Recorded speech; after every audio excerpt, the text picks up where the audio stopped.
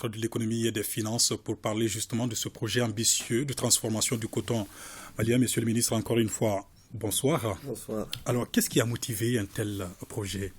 En tout cas, je vous remercie de nous donner l'occasion de nous adresser aux téléspectateurs, justement pour parler de ce projet ambitieux qui est issu d'une volonté politique, la vision du président de la transition, chef de l'État, le colonel Assimi Goïta, qui, depuis les premières heures de la transition, avait vraiment voulu mettre en chantier toutes les actions qui pouvaient tendre à pouvoir internaliser toutes nos actions de développement en vue de rendre au Mali sa souveraineté économique et son indépendance financière.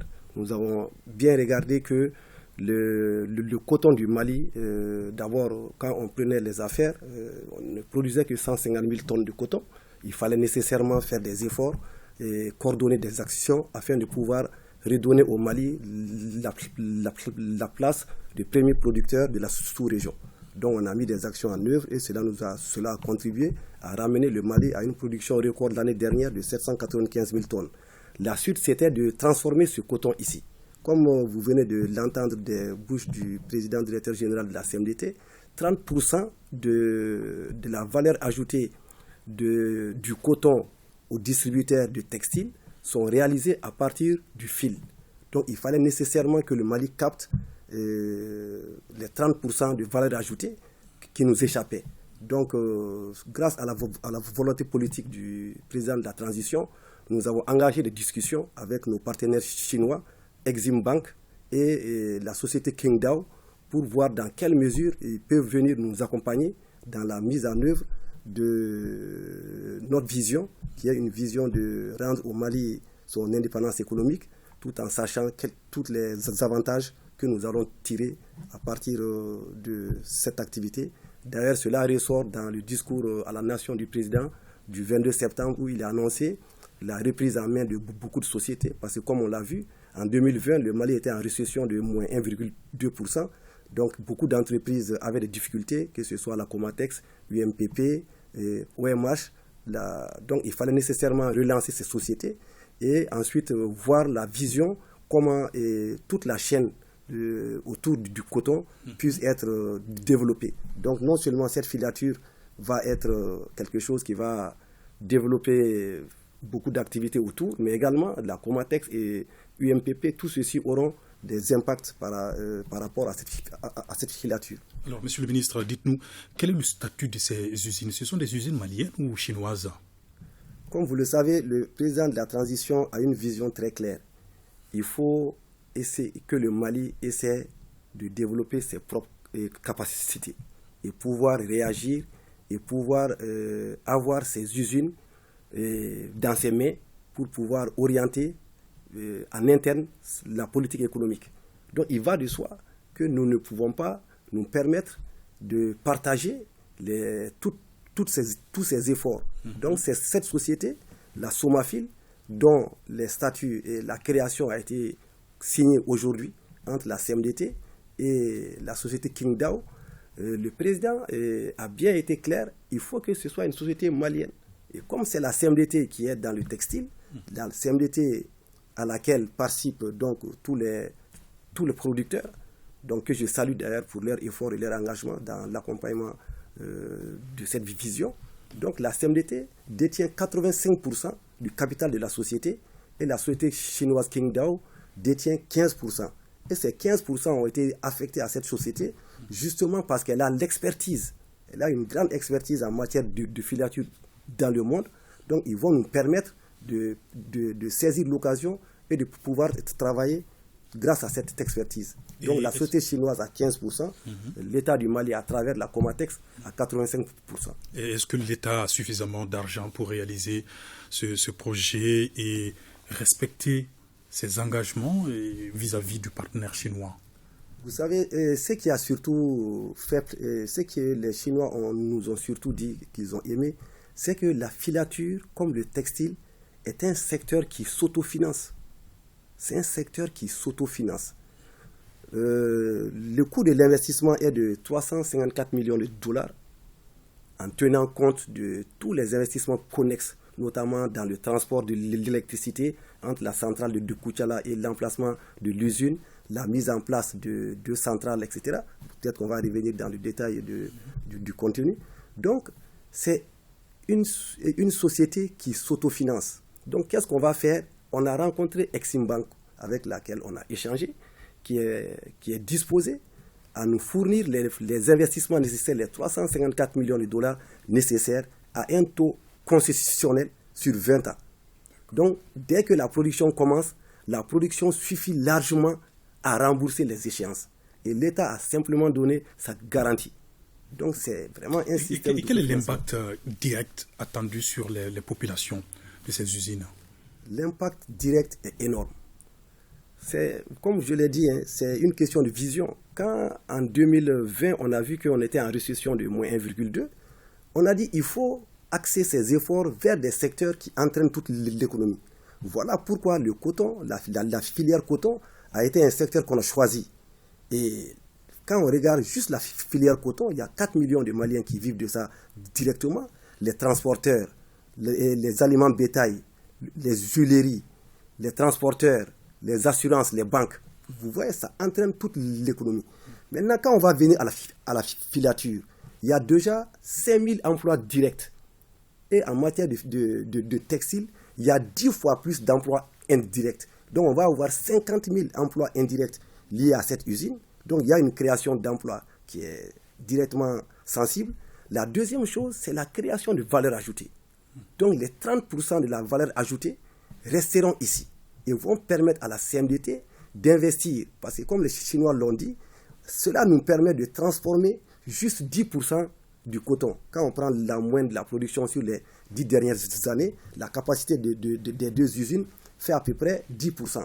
On était à moins 2% du coton qui était transformé ici, mais actuellement on va être à 10%.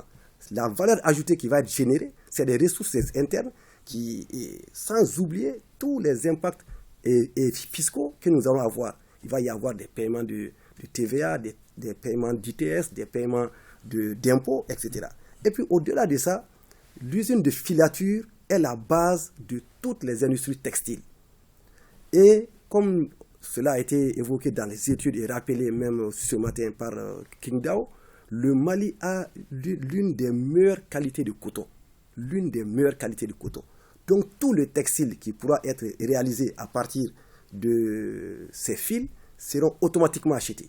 Donc on va avoir des unités comme la Comatex avec lesquelles on va développer l'activité de production des textiles, notamment les tenues scolaires, les tenues militaires, etc. Dans le même temps, il va y avoir beaucoup d'industries connexes pour la fabrication des couches bébés, des serpillères, des serviettes, etc. Donc vraiment, il y a des impacts énormes. Monsieur le ministre, merci d'avoir répondu à nos questions. Mais juste un dernier mot, si vous avez un mot sur les efforts consentis par l'État pour soulager les populations, en tout cas à faire face à la vie chère. Je ne peux pas vous laisser partir sans un mot quand même sur les actions et les efforts consentis par l'État dans ce sens. Concrètement, qu'est-ce que vous avez fait ou qu'est-ce qui est en train d'être fait? J'avoue que c'est une question qui préoccupe au plus haut niveau les plus hautes autorités du Mali. Comme vous savez, le président, je l'ai rappelé lors de la conférence de presse de mardi, il dit chaque acte que vous posez doit impacter la vie des Maliens, à court terme ou à moyen terme. Si c'est des investissements, comme on vient de voir, ça va être à moyen terme ou à court terme. Donc, notre action doit impacter. Et aujourd'hui, le monde entier a connu des crises. Et le Mali a particulièrement connu certaines crises que d'autres régions n'ont pas connues. Mais cela n'a pas empêché le gouvernement d'avoir au cœur de son action de tous les jours comment soulager, améliorer les conditions de vie des Maliens. Voilà pourquoi on n'a jamais hésité d'améliorer les revenus.